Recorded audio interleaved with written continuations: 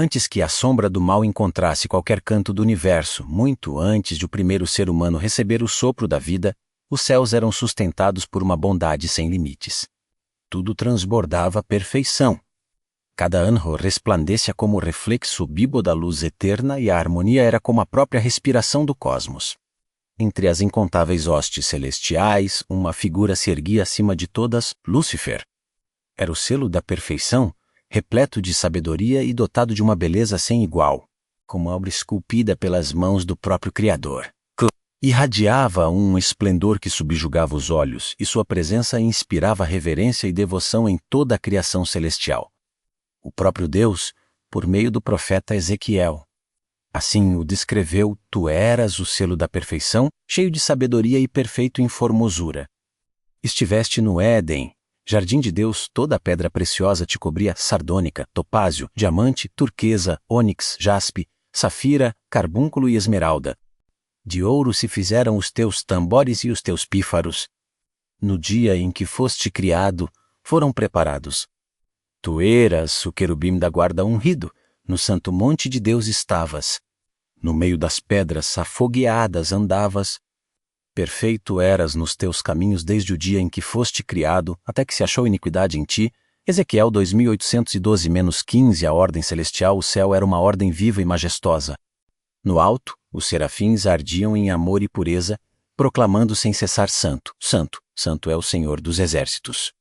Toda a terra está cheia da sua glória. Isaías 63. Os querubins guardavam os segredos do universo, escudos contra qualquer sombra de impureza. Abaixo deles, arcanjos como Miguel e Gabriel surgiam nos momentos mais decisivos. Mensageiros de fogo, guerreiros que portavam a mensagem divina com a disciplina da obediência perfeita. E havia ainda os anjos mais próximos da humanidade, vigilantes da alma, companheiros invisíveis na caminhada da criação que ainda estava por vir. Nesse sistema perfeito, Deus decidiu fazer algo extraordinário. De sua sabedoria e amor, conferiu a Lúcifer honras que nenhum outro ser celestial havia recebido. A ele foi confiado o comando dos coros do céu. Sua voz, quando elevada, acendia o firmamento. Era como uma tocha nobre que norteava os cânticos e fundia as vozes numa única maré de adoração.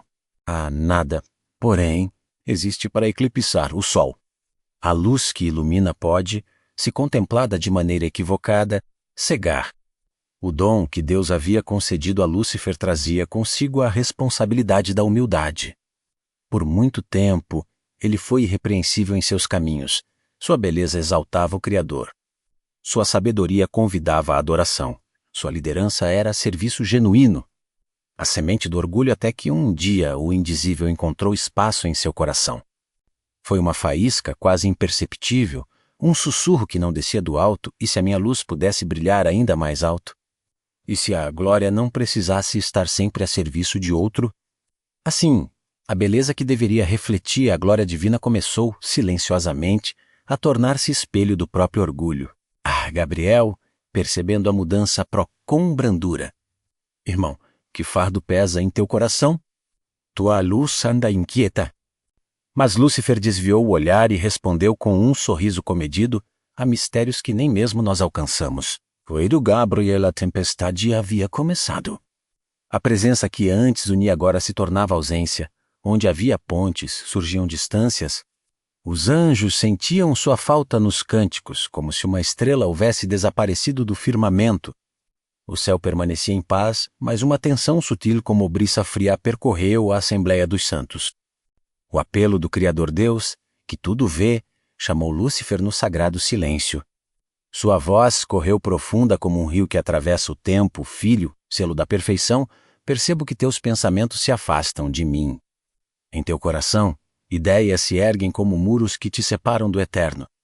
O desejo de entender é nobre, mas recorda, a luz que coloquei em ti é reflexo do meu amor, não uma fonte própria.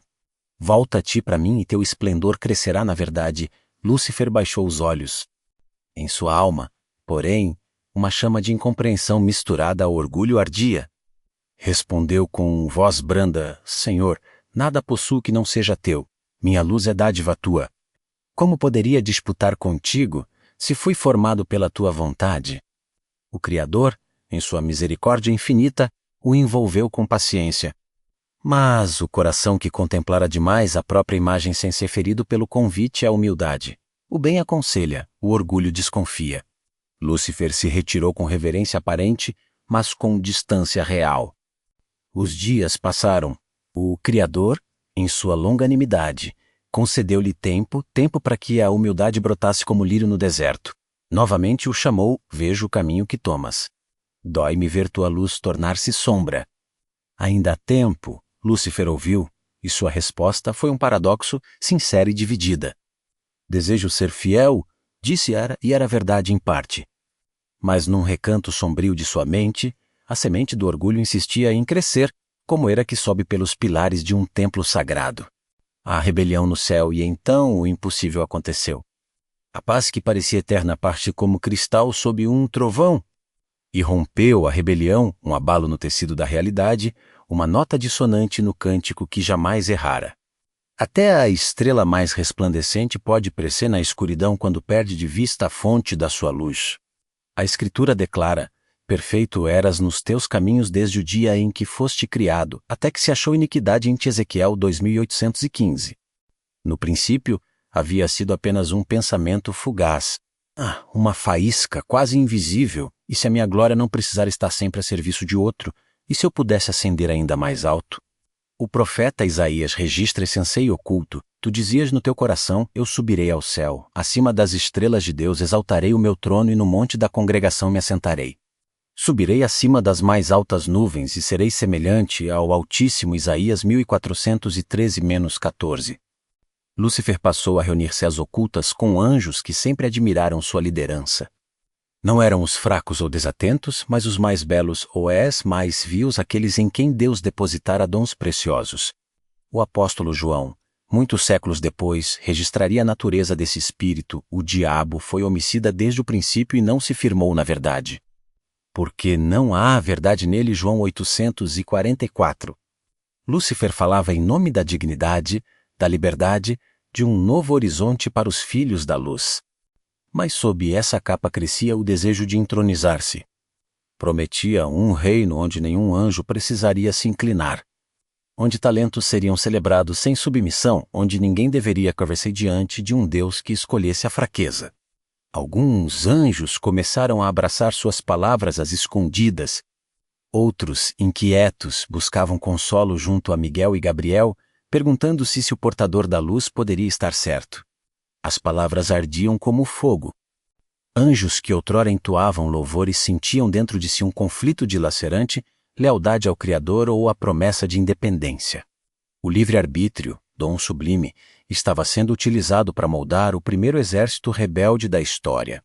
Um terço dos anjos menos belos, poderosos. Outrora espelho da glória menos, começava a ir-se para o lado errado, seduzidos por promessas de grandeza. A guerra e a queda. Miguel, vigilante, preparava o coração para o confronto inevitável. Sabia que não lutaria por posição, mas por amor àquele que os havia criado.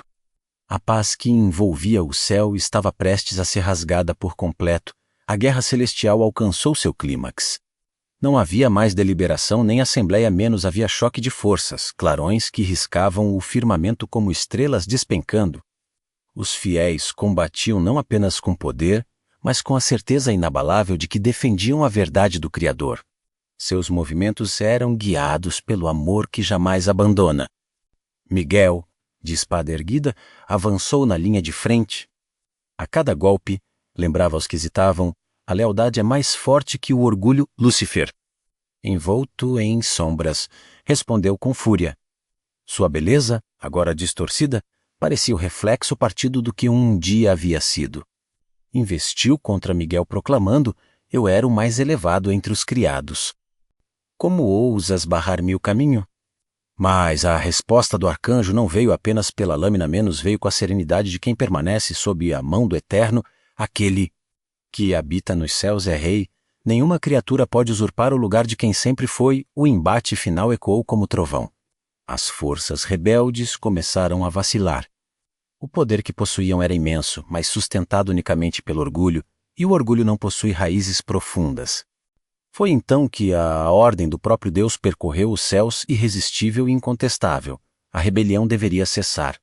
As Escrituras registram o destino dos que rejeitaram a luz aos anjos que não guardaram o seu principado. Mas deixaram a sua própria habitação, ele reservou na escuridão em algemas eternas para o juízo do grande dia. Judas 6. Um vento de glória varreu o campo.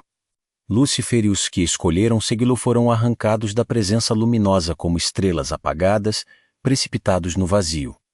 Pedro escreveria mais tarde: Deus não poupou aos anjos que pecaram, mas havendo-os lançado no inferno, trios às cavernas da escuridão, ficando reservados para o juízo. 2 Pedro 2.4.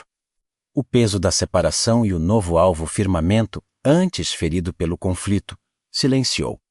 Restava um vazio onde outrora se erguiam coros de adoração menos, mas havia também paz, uma paz conquistada, que recordava a todos que o amor e a justiça do Altíssimo jamais são vencidos. Lúcifer, agora chamado Satanás, carregava o peso da separação. Não era apenas punição, era a perda irreparável da comunhão com Deus em sua queda. Forjou um plano de vingança. Se não poderia mais habitar a luz, buscaria pscurcar naqueles que seriam criados à imagem do Criador. Se assim Sarusa, a primeira guerra da história. A vitória não pertenceu apenas a Miguel ou aos que permaneceram fiéis, foi o triunfo do caráter de Deus, um lembrete eterno de que nenhum poder, por mais fascinante que pareça, pode sobrepor aquele que é a própria essência da luz. Expulso do domínio da santidade, Satanás voltou seus olhos para o projeto que Deus começava a formar, o mundo material, os rios, os montes, a poeira menos onde a vida seria soprada. No coração do inimigo cresceu uma determinação amarga, ferir a obra do Criador, seduzir a criação à mesma rebelião que o havia condenado. A queda do homem e a promessa da redenção, o escritor de Gênesis descreve a cena que se seguiria. Ora, a serpente era mais astuta que todas as alimárias do campo que o Senhor Deus tinha feito. E esta disse à mulher, é assim que Deus disse, não comereis de toda a árvore do jardim. Gênesis 31. Ali estava o próximo teatro de operações. A batalha não havia terminado com a expulsão, menos apenas mudara de cenário. O que fora luta entre exércitos celestiais agora se aproximava do coração humano. O Criador, que nada ignora, com voz que misturava dor e ternura.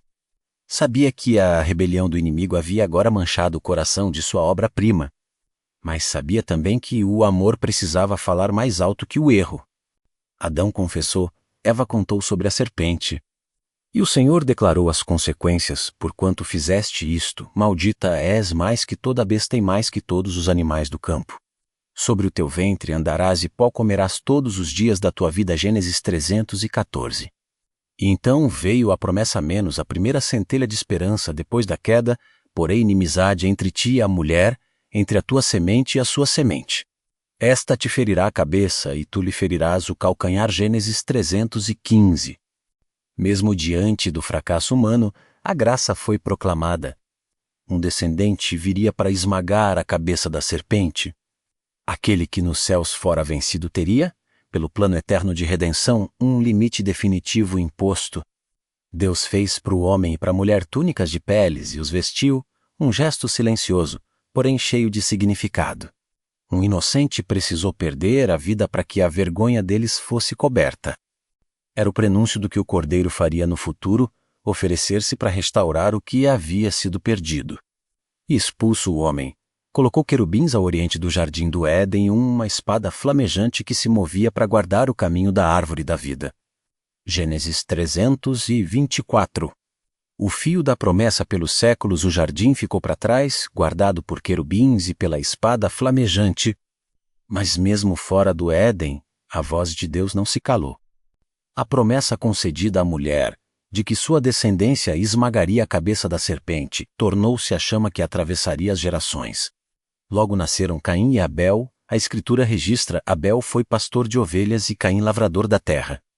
Aconteceu que ao cabo de dias Caim trouxe do fruto da terra uma oferta ao Senhor. Abel, por sua vez, trouxe das primícias do seu rebanho e da gordura deste. E atentou o Senhor para Abel e para sua oferta. Gênesis 42-4. Mesmo depois da tragédia da morte de Abel, A graça prosseguiu. Sete nasceu, e dele viria uma linhagem que preservaria o nome do Senhor. Ao longo dos séculos, Deus levantou homens e mulheres para manter viva a esperança. Noé, que encontrou favor e atravessou o dilúvio. Abraão, chamado para ser bênção a todas as famílias da terra. Moisés, que libertou Israel e anunciou um profeta maior. Os profetas falavam com uma clareza cada vez mais luminosa, porque um menino nos nasceu, um filho se nos deu. O governo está sobre os seus ombros e o seu nome será Maravilhoso Conselheiro, Deus Forte, Pai da Eternidade, Príncipe da Paz. Isaías 96. O fio da promessa corria pelos séculos. Raiz falharam, nações se desviaram, mas a palavra permanecia. Haveria de vir um rei diferente, humilde e poderoso servo, para restaurar o que o orgulho de Lúcifer e a queda humana haviam ferido. O Verbo se fez carne. O evangelista João, ao contemplar esse plano cumprido, registrou no princípio era o Verbo, e o Verbo estava com Deus, e o Verbo era Deus.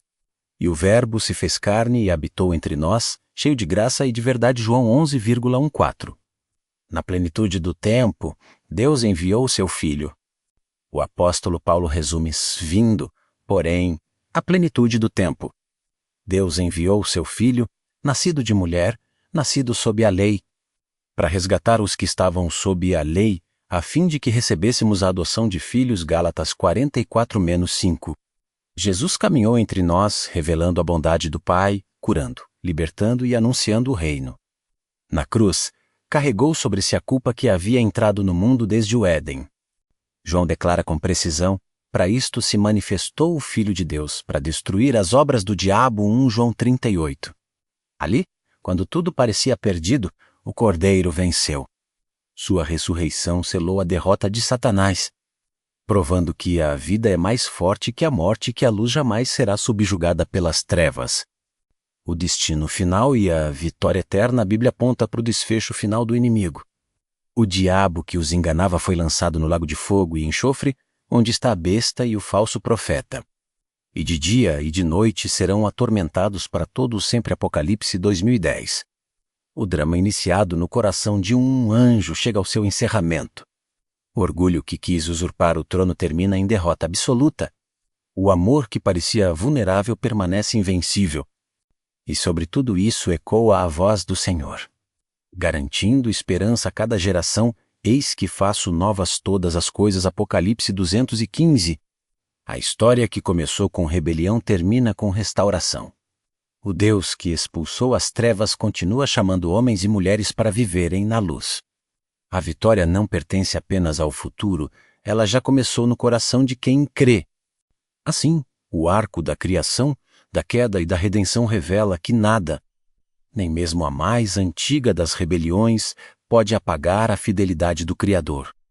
Em Cristo, a serpente é vencida e o convite permanece: caminhar na luz que jamais se apaga.